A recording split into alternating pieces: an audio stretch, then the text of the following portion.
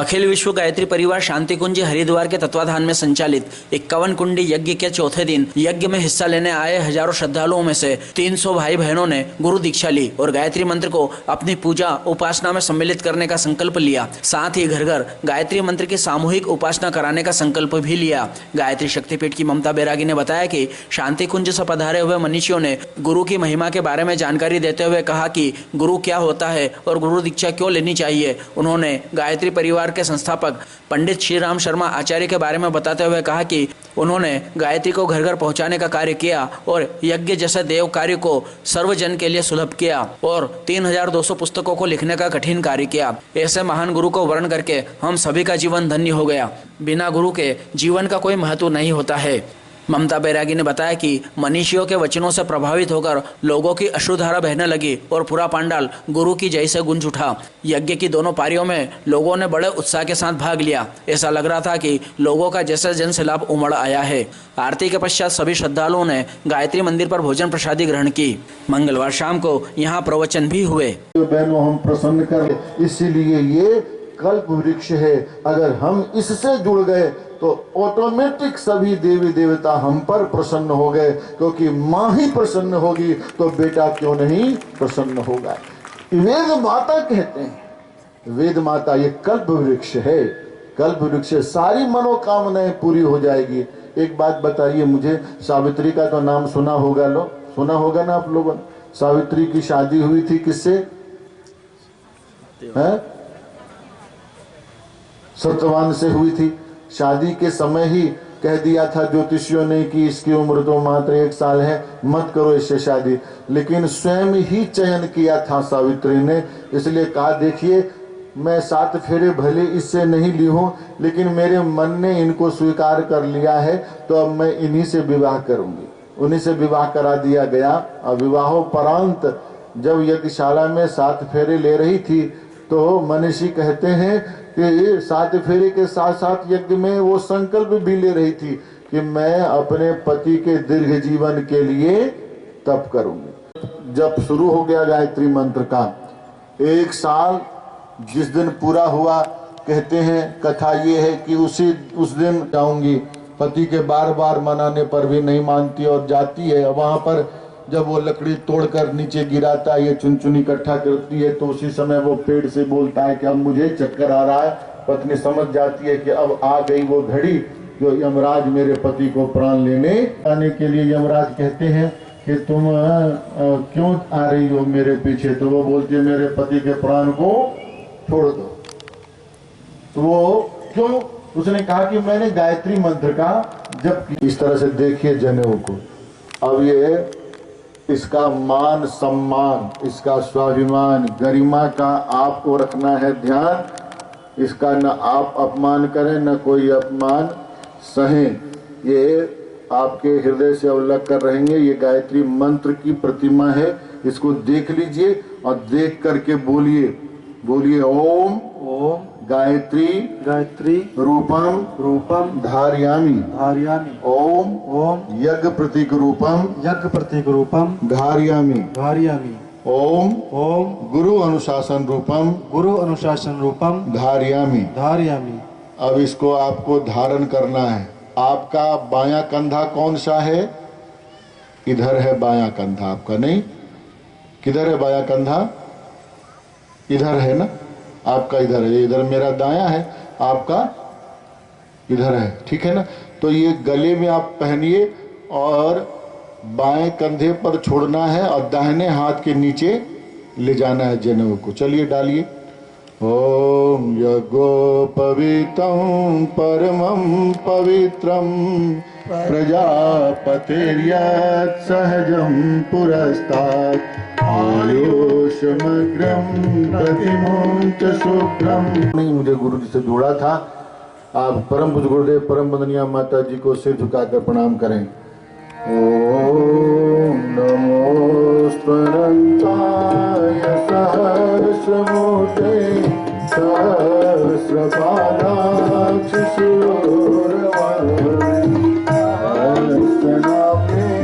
पुरुषाय शाश्वते सहस्रकोटि युगधारिणी नमः। ऐसे उंगलियों को करिए, परस्पर एक दूसरे की हाथ की उंगली से फंसा लीजिए। ये मुद्रा है, ये बंधन है, इससे ऐसा बंध जाते हैं आपके साथ गुरुदेव कि आपसे वो कभी भी का वास होता है।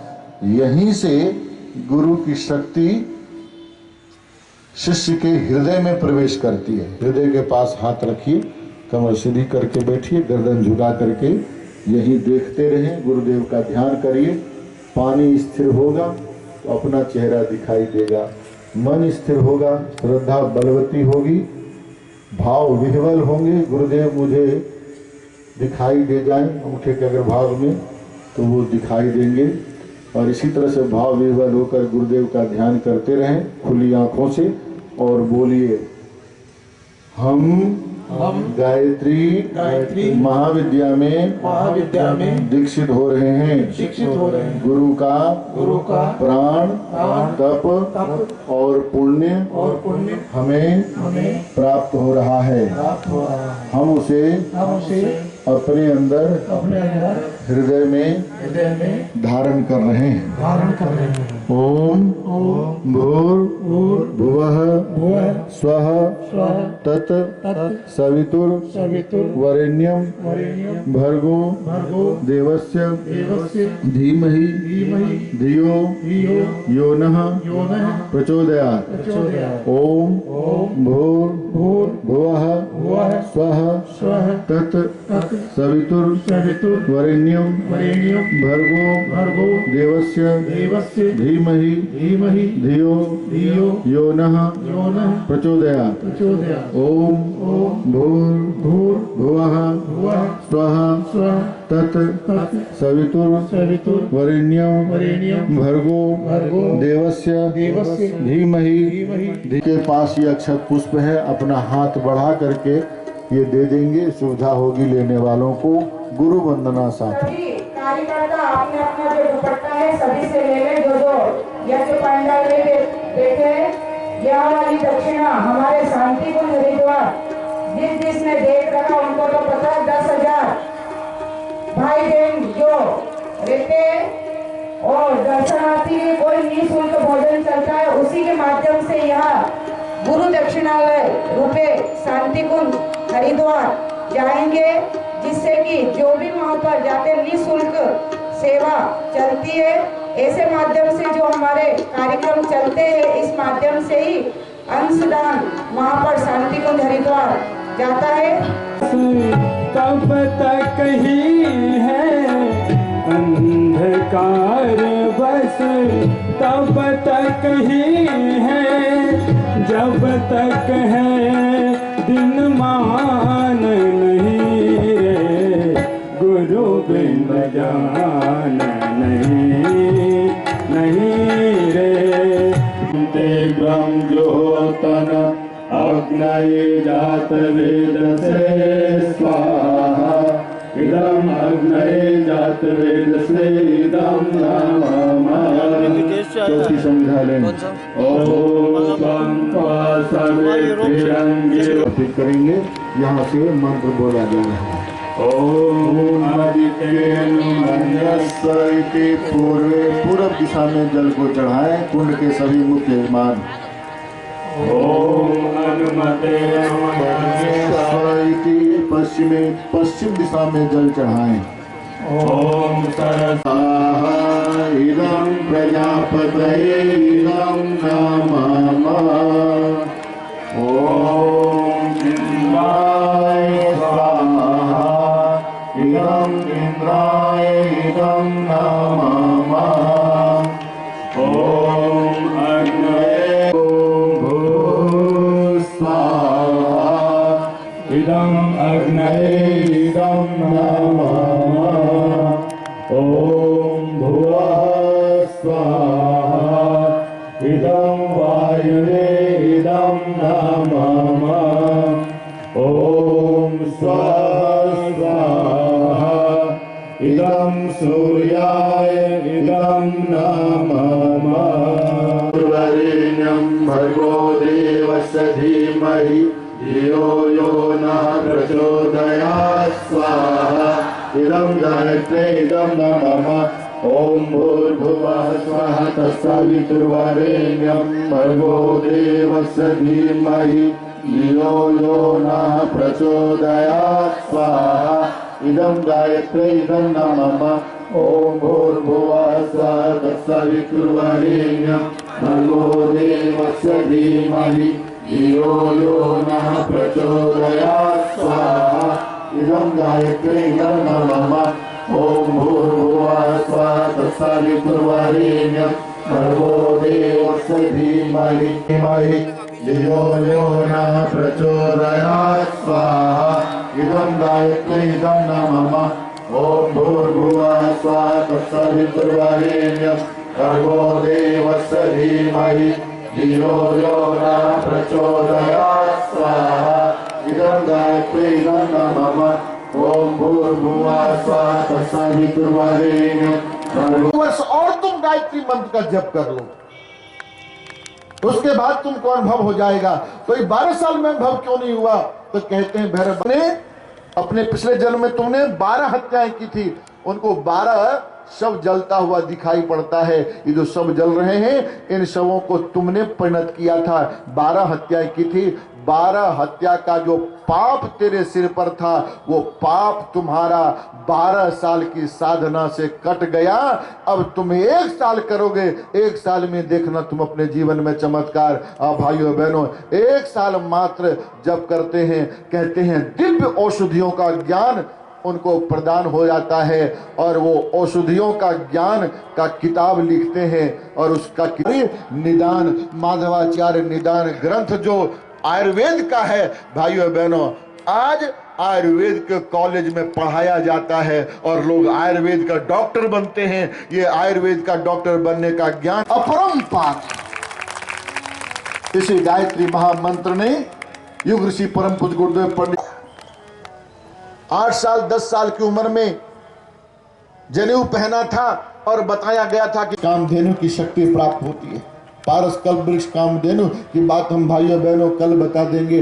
बस इतना बताना चाहते हैं, बोले गायत्री माता की।